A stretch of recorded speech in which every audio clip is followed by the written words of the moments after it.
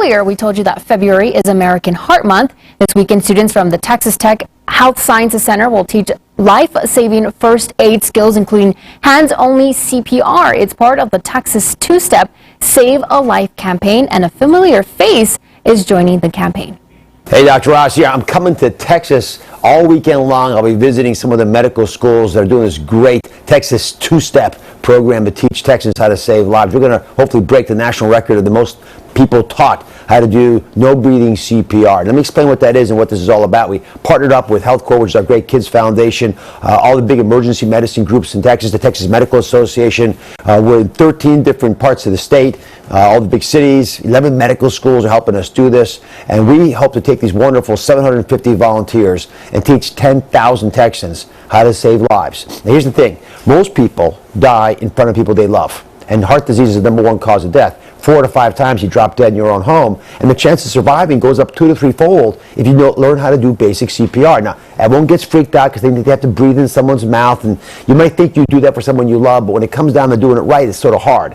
So it turns out you can get very, very good results without doing any of the breathing, but just doing chest compressions, with your hands and pushing on the chest. But you got to know how to do it the right way. We're going to teach you the ways of doing it without hurting somebody, how to figure out when to do it, how to get the process started to get your loved ones saved, and we're going to do it all together. So I'll be there this weekend in a town near you. Come visit with us. It's KVIA.com. You can visit that site. It has all the information. It's all free, of course. Take advantage of it. If you know how to do CPR, come volunteer, help us do it. If not, come over and bring your family and friends to learn how to save lives. Let's break the national record. And joining us now is Jeff Scott, president of the Emergency Medicine Interest Group. Now, tell me a little bit about this campaign first and foremost.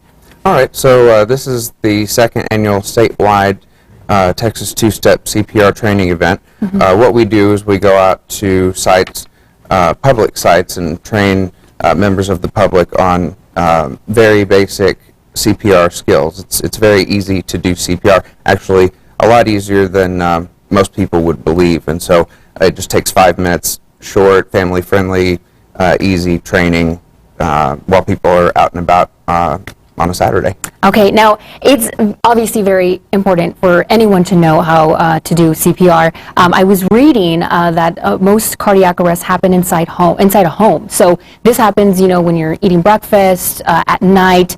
Tell me a little bit about how someone can get started with this if they don't attend these classes this weekend. Sure. So you're absolutely right. 4 out of 5 cardiac arrest events do occur in the home outside of the hospital.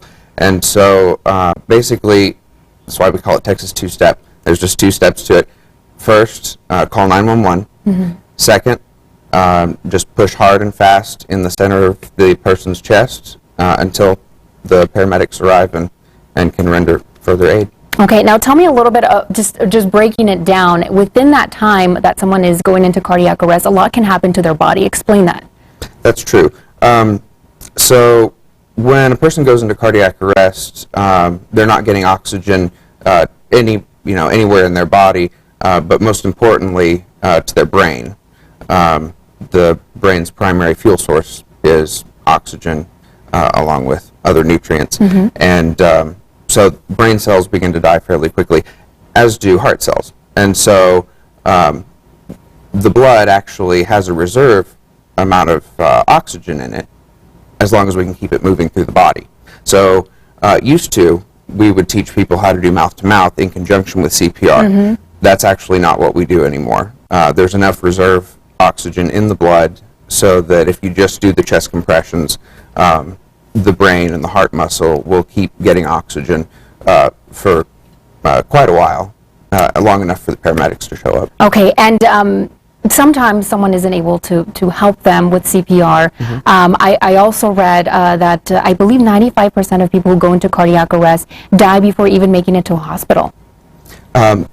Yes, the numbers are not what we would like, and that's really the purpose of this event, because early CPR, early defibrillation, but primarily early CPR chest compressions can really significantly improve a person's chances of survival. One of the biggest causes of that low survival rate is that a large percentage of the public isn't really aware of how or comfortable with how to do CPR. Okay.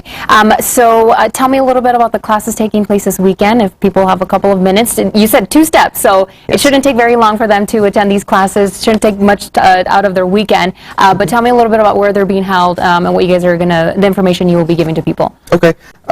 So we have 7 different sites throughout the city, including the Sun Metro Transport Station downtown, San Jacinto Plaza, also downtown, and then the fountains at Farah. And basically, we'll just be outside, and as people are going about their day, they'll see us, and they can just stop by for 5 minutes, and we'll give them the training. Perfect. Well, very important. I hope a lot of people see this and attend. I myself may attend. I mean, it's very important information to know. But thank you so much for joining us You're this very welcome. afternoon. My pleasure. And I believe time now for a preview of